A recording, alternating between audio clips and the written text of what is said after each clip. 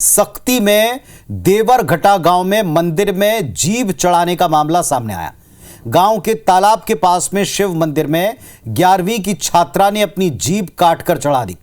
जीभ काटकर चढ़ाने के बाद मंदिर के पास वो सोई हुई थी। जानकारी लगने पर प्रशासनिक अफसर पहुंचे, लेकिन लड़की को अस्पताल ले जाने से लड़की के परिजन इनकार करने लगे। प्रशासन के अधिकारी लगातार परिजनों को समझाइश दे रहे हैं। मौके पर इलाज के लिए डॉक्टर्स की व्यवस्था उन्होंने कर दी है। तस्वीरें भी आपको दिखा रहे हैं। जीभ काटकर चढ़ा दी मंदिर में। इसके बाद छात्रा को ले जाने का प्रयास, उसे डॉक्टर तक या अस्पताल तक पहुंचाने का प्रयास प्रशासन की टीम कर रही है, लेकिन परिजन अड़े हुए हैं। शिव मंदिर में छात्रा ने अपनी जीभ काटकर चढ़ा दी। 11वीं की स्टूडेंट ये बताएगी। युवती शिव भक्त है और शिव भक्ति में उसने ये कदम उठाया है। उसने अपनी जीभ के शिवजी को चढ़ा दी। लोग जमा हो रहे हैं, प्रशासन के लोग आ चुके हैं, समझाइश दे रहे हैं कि इसे तुरंत अस्पताल ले जाना होगा। परिजन इनकार कर रहे हैं। तो अजब मामला है।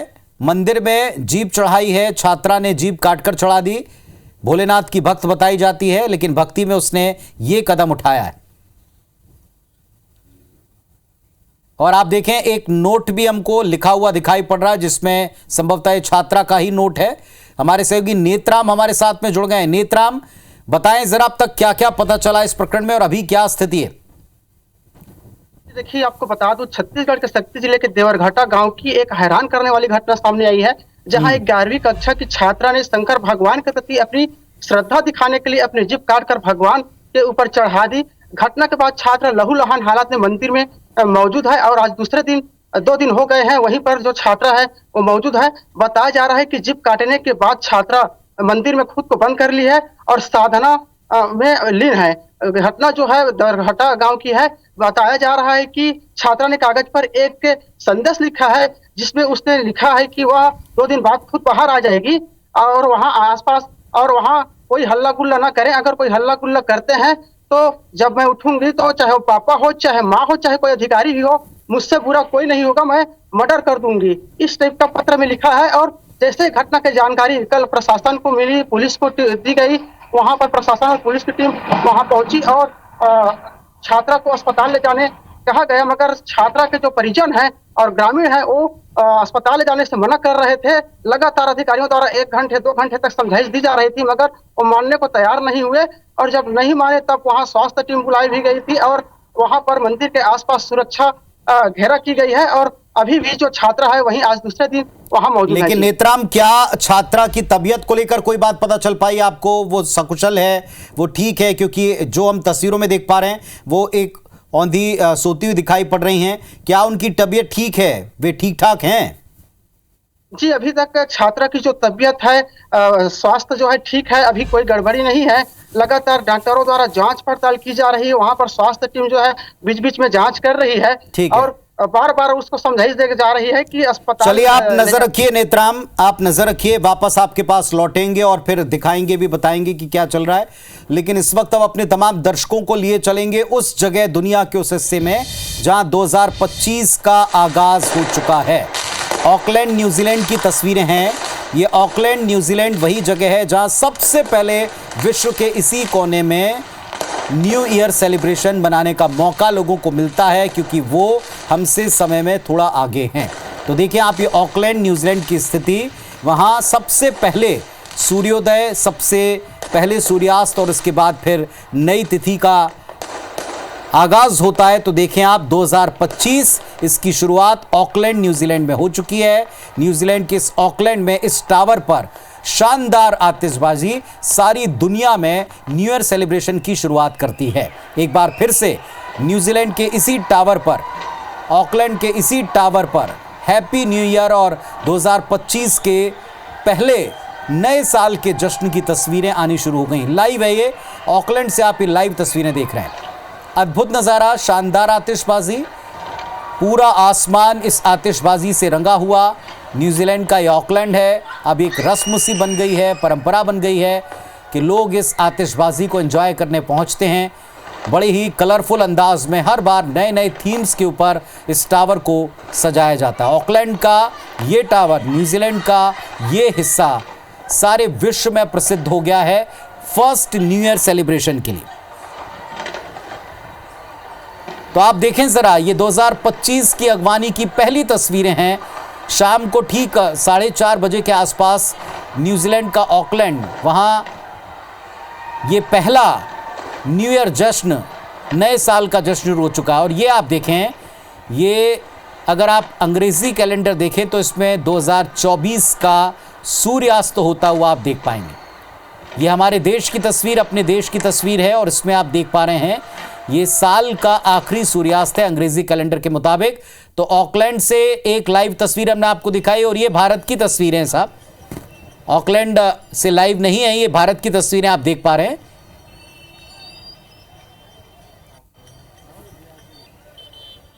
आप देखें, ऑकलैंड की तस्वीरें नहीं है, ये तस्वीरें भारत की हैं। ये भारत की तस्वीरें आपको दिखा रहे हैं, ये सूर्यास्त हम आपको दिखा रहे हैं। तो आप देखें, न्यूजीलैंड में जश्न की शुरुआत हुई, वो हमने आपको लाइव दिखाया। और अब आप ये सूर्यास्त देखें 2024 का अंग्रेजी कैलेंडर का, ये आज आखिरी दिन और आखिरी सूर्यास्त है। और सबसे पहले इसकी शुरुआत दुनिया में न्यूजीलैंड से होती है, जहां ठीक 12 बजते हैं सबसे पहले।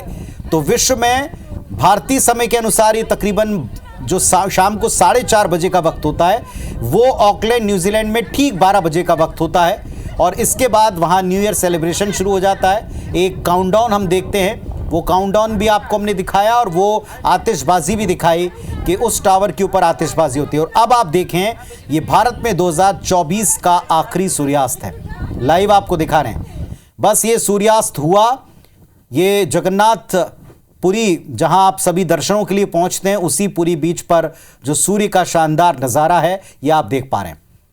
तो ये धीरे धीरे सूर्यास्त होता हुआ, ये सूर्य अस्त होता हुआ 2024 का ये सूर्यास्त। और फिर जश्न की तैयारी में जो आप हम सब जुटे हुए हैं कि आज साल की आखिरी शाम, या जो 12 बजे का जो एक अंग्रेजी कैलेंडर के मुताबिक जब हम न्यू ईयर सेलिब्रेट करते हैं तो 12 बजे का बड़ा महत्व होता है, क्योंकि डेट चेंज हो जाती है। तो आप देखें, धीरे धीरे ये सूर्य ऊपर था और अब आप देखेंगे कि ये धीरे धीरे धीरे धीरे करके नीचे की तरफ जा रहा है। ऊपरी हिस्सा जो है वो अब आपको नीचे की तरफ आता हुआ, ऑरेंज होता हुआ, लाल होता हुआ नज़र आएगा। और आप हमारे जो टीवी पर एक बैंड चल रहा था, अभी हमने हटाया आपको पूरा दिखाने के लिए, या आप देखेंगे कि इसी बैंड के ऊपर, काफ़ी ऊपर था और अब ये आपके स्क्रीन के निचले हिस्से में जाता जा रहा है। तो नए साल 2025 के सेलिब्रेशन के लिए तैयार लोगों को घर बैठे ये हम तस्वीरें दिखा रहे हैं देश और दुनिया के कोने कोने से।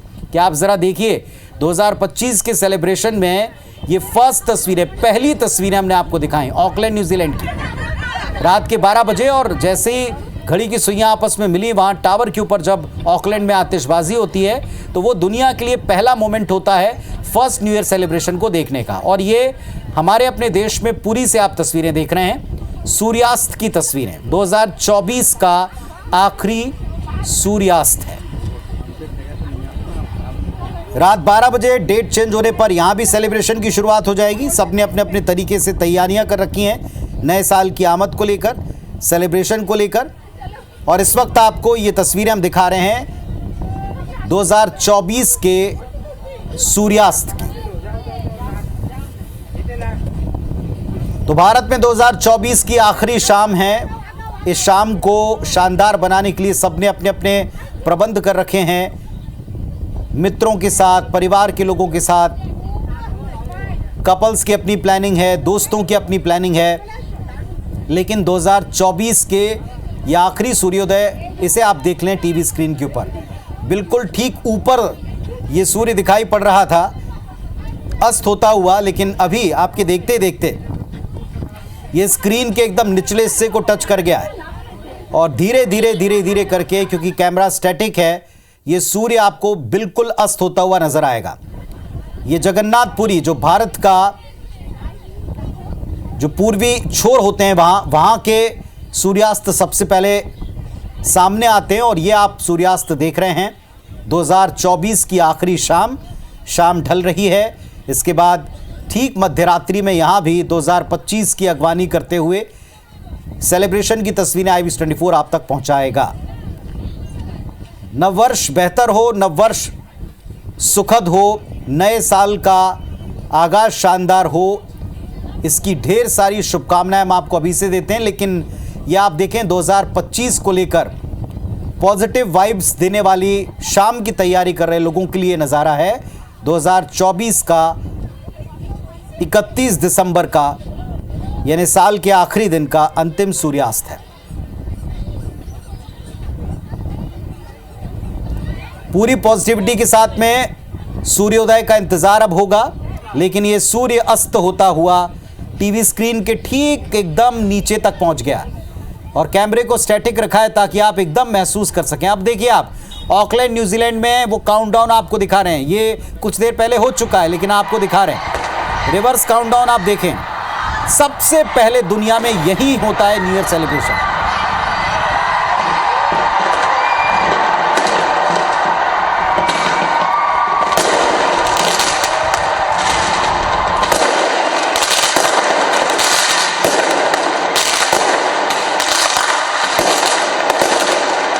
नजर रखिए जरा पूरी ओडिशा में, देखिए आप सूर्य बिल्कुल दिखना बंद हो गया है, हल्का सा ये देखिए आप, ये सूर्यास्त होता हुआ हमने आपको दिखाया और ये सूर्यास्त पूरी ओडिशा में होता हुआ। दूसरी तरफ ऑकलैंड न्यूजीलैंड में काउंटडाउन से लेकर आतिशबाजी का नज़ारा, इस टावर पर आतिशबाजी अब एक रस्म बन गई है, आपकी हमारे जीवन का हिस्सा बन गई। लगातार हर साल साल दर साल इस जश्न को ऑकलैंड की इन तस्वीरों को देखते आए।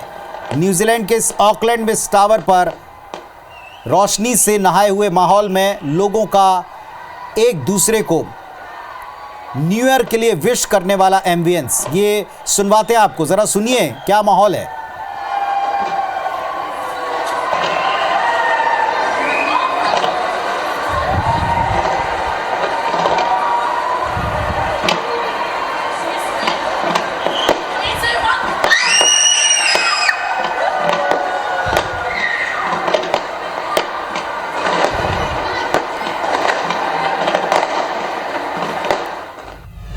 तो IBC 24 के दर्शकों को याद दिला दें कि आज साल की आखिरी शाम सूर्यास्त से लेकर रात के 12 बजने की काउंटडाउन तक आपको हर एक जगह की तस्वीर घर बैठे हम दिखाने वाले हैं।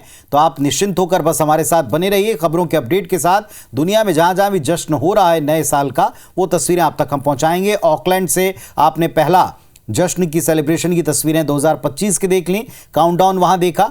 अब आते हैं वापस छत्तीसगढ़ की राजधानी रायपुर में आज की एक बड़ी खबर के साथ। सेहत से जुड़ी खबर है, एक और नकली पनीर की फैक्ट्री पकड़ी गई। छापा पड़ा है आज ही बिलासपुर रोड पर संचालित इस फैक्ट्री में। जब छापा पड़ा तो कई क्विंटल नकली पनीर और उसे बनाने के लिए कच्चे माल को जब्त किया। नए साल की पार्टी में सभी होटल, रेस्टोरेंट्स, ढाबे, इन सब पर तैयारी है। डालडा, पाम ऑयल, खराब क्वालिटी का दूध पाउडर, इन सब चीज़ों को मिक्स करके नकली पनीर बन रहा था बिलासपुर रोड के ऊपर। IBC 24 के खुलासे के बाद एक कई जगह ऐसी फैक्ट्रियां पकड़ी जा रही हैं, धरे जा रहे हैं लोग। फैक्ट्री संचालक और कर्मचारी खाद्य विभाग की टीम से विवाद भी कर रहे हैं, लेकिन कोई फ़ायदा नहीं। देखें आप, ऐसे बन रहा है नकली पनीर राजधानी रायपुर में और ये सेहत के लिए नुकसानदायक है। कई बार जो शिकायतें होती हैं बाहर जाकर खाने के बाद सेहत को लेकर, वो इस तरह के फैक्ट्रियों में बनने वाला नकली मावा, नकली पनीर, नकली खाद्य पदार्थ होता है। ये बिलासपुर रोड पर संचालित फैक्ट्री है। आप देख सकते हैं पनीर की पैकिंग और उसके पहले इसे नकली तरीके से कैसे तैयार किया जाता है, वो सारा रॉ मटेरियल भी आप देख पा रहे हैं।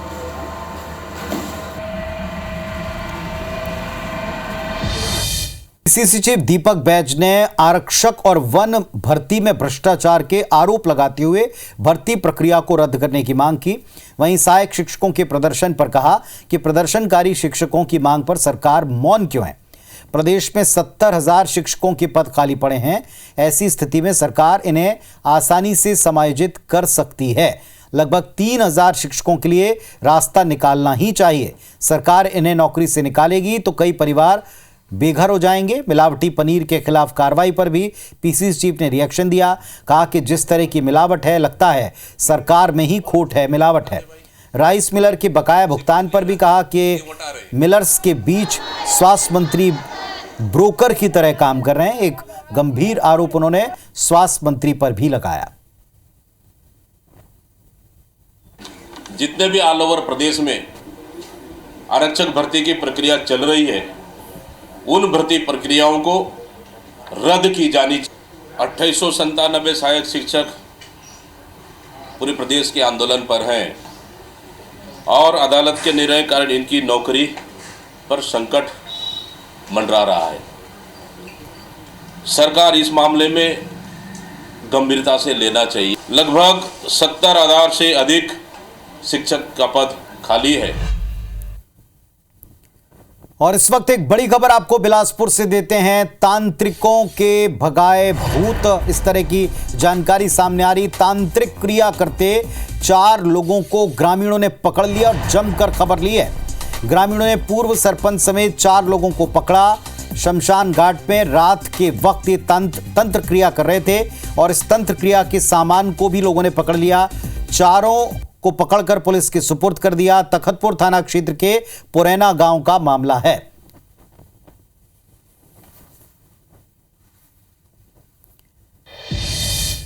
विवादों से घिरे बालको प्रबंधन की मुश्किलें एक बार फिर बढ़ गई हैं। कोरबा जिला प्रशासन ने 1804 एकड़ वन राजस्व भूमि पर बालको के कब्जे का प्रमाण देकर दावा किया है। मामले में लगाई गई जनहित याचिका पर सुप्रीम कोर्ट में सुनवाई हो रही है। अवैध कब्जे की जांच के लिए सुप्रीम कोर्ट की ओर से गठित केंद्रीय सशक्त कमेटी के 2 सदस्य जांच के लिए 28 दिसंबर को कोरबा पहुंचे। टीम के सामने कलेक्टर अजीत वसंत ने दस्तावेज पेश किए। बताया कि 1804 एकड़ राजस्व वन भूमि पर बालको कब्जा किए बैठा है। वन संरक्षण अधिनियम 1980 का उल्लंघन है। जांच टीम के सदस्य रिटायर्ड आईएफएस चंद्र प्रकाश गोयल और सुनील लिमिया ने मौके का निरीक्षण किया, दस्तावेजों को देखा परखा। ये मामला सुप्रीम कोर्ट में अपनी रिपोर्ट के साथ वे आगे बढ़ाएंगे। कोर्ट पूरे मामले पर जल्द फैसला देगी। बालको से ये विवाद काफी पुराना है, प्रशासन ने जिसमें दावा किया है। अखिल भारतीय आदिवासी कंवर समाज का 2 दिवसीय वार्षिक सम्मेलन हुआ। बच्चों और महिलाओं ने आदिवासी परंपरा के मुताबिक मनमोहक प्रस्तुतियां दी हैं। कार्यक्रम में कंवर समाज के लोग अपनी वेशभूषा में नजर आए। ये कार्यक्रम बीते 6 वर्षों से लगातार हो रहा है। विशेष बात यह कि क्षेत्र के आसपास के 61 गांव के आदिवासी लोग इसमें जमा होते हैं, एकता का परिचय देते हैं। 2 दिवसीय कार्यक्रम में 5000 की तादाद में कंवर समाज के लोग जमा हुए। छत्तीसगढ़ के मुख्यमंत्री विष्णुदेव साय इसी समाज से आते हैं। लोगों की उम्मीदें बढ़ गई हैं। समाज के क्षेत्रीय अध्यक्ष विष्णु साय हैं, वो कहते हैं कि ये कार्यक्रम इसलिए मनाया जाता है ताकि हमारे बाहर पढ़ने वाले बच्चे और कर्मचारी छुट्टियों में अपने घर की ओर आते हैं। इस कार्यक्रम के जरिए वो अपनी संस्कृति को जान पहचान पाते हैं। एक साथ भोजन का अवसर मिलता है। इस कार्यक्रम से समाज को जोड़े रखना आसान होता है।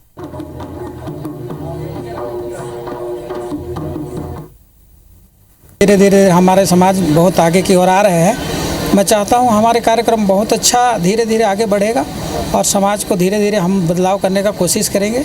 ये कार्यक्रम 61 गांव की है, 9 अंचल हैं और 5000 लगभग यहाँ की जो सामाजिक माता बहनें हैं, कार्यकर्ता हैं, इनके बीच में हमारी कार्यक्रम संपन्न होती है।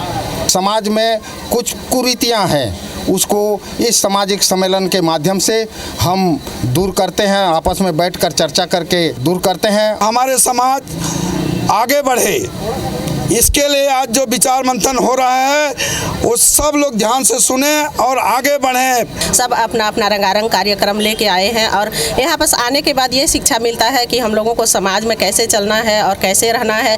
हम लोग बच्चों को हम लोग ही मार्गदर्शन देंगे तो ही बच्चे आगे बढ़ पाएंगे। अपने अपने गांव ग्राम से ले कर के प्रोग्राम लेकर के आते हैं और यहाँ प्रदर्शन के रूप में दिखाते हैं।